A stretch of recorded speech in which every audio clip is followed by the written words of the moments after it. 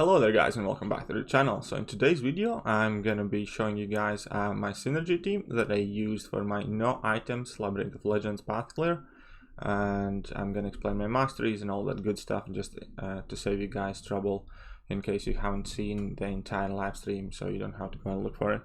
But anyway, so our team, what we used was Aegon, Sentinel, Quake, Deadpool, X-Force and Nick Fury. So our main path clearer was Aegon.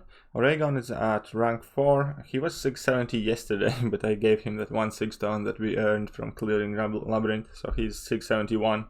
So he carried over exactly 50% of his combo meter. I think at max sig he carries over 75. So that wasn't ideal, but once we get to sig 900 once we get to combo 999, then it doesn't really matter anymore. It took us a bit longer to ramp up, but aside from that, there was no real drawback of him not having that higher signature level. The fact that he's rank 4 just kind of meant that the fights are going to be a bit longer and he's a bit more fragile, but other than that, I didn't really feel the need for him to be at rank 5. So yeah, Aegon we used for majority of the fights. Then we also had Sentinel. Sentinel was kind of last minute throw-in, and I'm going to talk about him later. But the main kind of synergy guy here was Nick Fury, and he had 3 synergies active. Number 1 is that he gives us 10% attack rating. I know his boost for attack is doubled if he's dead, but then his other synergies doesn't work, so we had to keep him alive entire run, which meant we can't use him like in any fights. And besides, my Nick Fury is only rank 3, so it's not like he could do all that much of a damage. But yeah, so it's just kind of like a nice bonus of having 10% attack to all heroes. So Aegon is a hero and Quake is a hero, so that worked out. And here is the main synergy. Main synergy is with any of the Deadpools. In hindsight, I should have probably used Goldpool, but whichever. And so now with Deadpools, his synergy basically at the beginning of the fight removes my bleed from Suicide Masteries and heals me up for 10% of our max health over 3 seconds. So basically we get 10% heal at the beginning of every single fight, and that is how we made Aegon to be like a sustainable champion, because Aegon is extremely good at kind of like dishing out damage in Labyrinth of Legends. Once you get to 1000 combo, he doesn't need to like really parry or block or anything like that, so he's extremely sustainable considering that he hardly takes any damage unless you kind of mess up. So, but it is like much easier to play with Aegon than with majority of the champs in Labyrinth, just because you practically don't have to worry about the weight. It still kicks in now and then, but for most part you're good. And because he can become unblockable later on in the Labyrinth, you also don't need to worry about intercepts or any of that stuff. So he took really a small amount of chip damage, and the 10% was enough to kind of offset all of that. And then the second most important synergy that I think helped me out quite a lot as well, and that is the synergy with Quake. Basically, we start the fight with 3 charges active. Every time when we would receive a hit, when we're not blocking, we do away that hit automatically.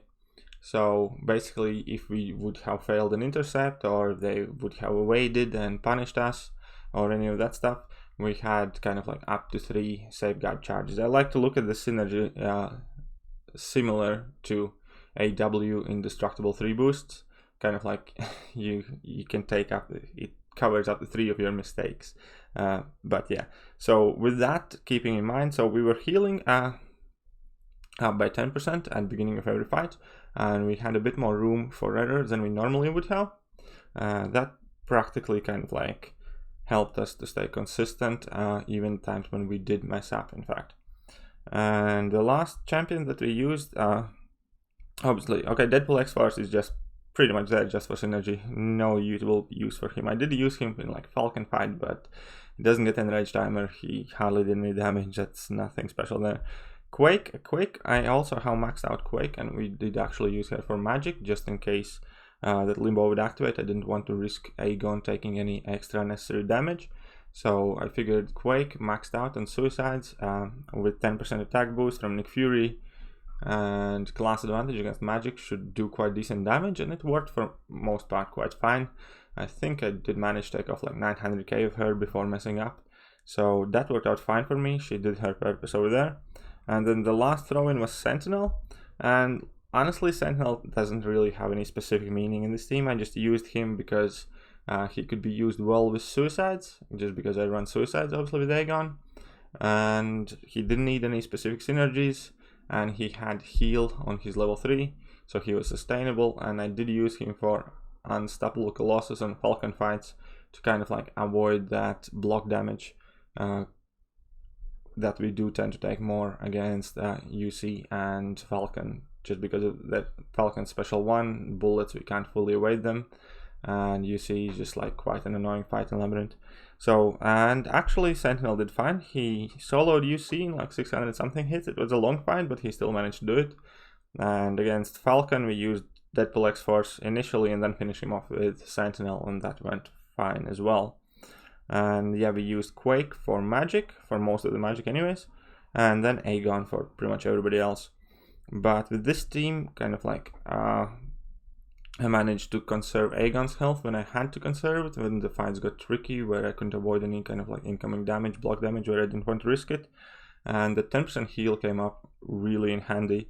I think after War Machine fight, when I messed up a bit, I was at one point on like 7% health, and after that we managed to pull the health back up until Maestro we got like 50% health. That was quite awesome. But yeah, I also know I could have used Heimdall and his healing synergy, Thor Ragnarok, instead of using like Quake and Sentinel, but in my head I didn't want to use that, just because if I were to that low health where I would have to rely on it consistently, I would have failed pretty much already when the first fight would come where I have to take a lot of block damage.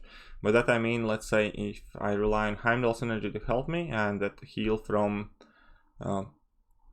Thor Ragnarok or whatever else with Heimdall to be effective, I would have to be on low health. If I'm going to be on low health against War Machine or Magic or Falcon at the start of the fight already, I am bound to take a level 1 in a block and I'm going to die.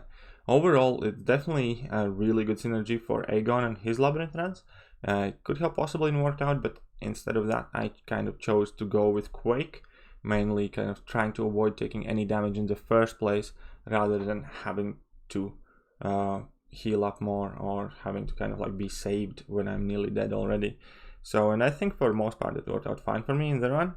And yeah, so let's go and quickly take a look at my masteries. So my masteries were kind of a mix mash. Like ideally I don't want to run like willpower or too much in defense when I'm running Aegon in Labyrinth, just because Aegon doesn't need that willpower. He's going to be shrugging off suicides extremely quickly. But because I was also using Quake and some other characters, I kind of had to have that willpower on there. But yeah, aside from that, basically we also maxed out perfect block, just because higher perfect block chance also slightly increase your parry stun duration. So that meant in exchange that I had more parries available to me throughout the run, should I have needed them.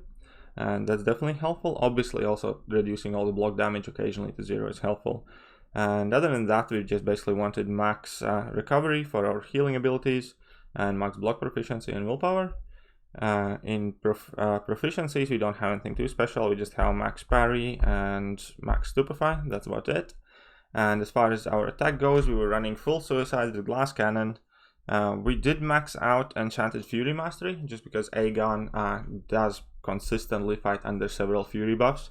So that kind of helped us increase our damage output by quite a bit. We have maxed out Courage, maxed out Cruelty, 0 on Precision, because it really doesn't matter for Aegon or Quake how many points we have in there, because Aegon's going to be critting like crazy anyways, and Quake never hits opponent in the first place.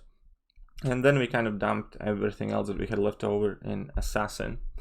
But yeah guys, so that was pretty much kind of like the thought process, the idea, the synergy theme that I used for this clear. And yeah, I just wanted to say again that Sentinel was more or less kind of thrown in that team. It could have definitely been some other champion that you can use that's a good standalone champion that can run suicides, like, I don't know, Omega Red or possibly Hyperion or anybody else who you have ranked up that can run well with suicides. Would have done just about fine there. But yeah, that's gonna be it for today's video. I hope you guys did find it useful. I know you could have found all the same information on my live stream, but I just wanted to post like a concentrated video about it if you guys don't have time to watch like a 3-hour live stream or however long it was. And yeah, anyways, if you did like it, hit that sub button, hit that like button, hit that share button, share with your alliance, share with your friends, and hopefully I'm gonna see you guys soon. Later.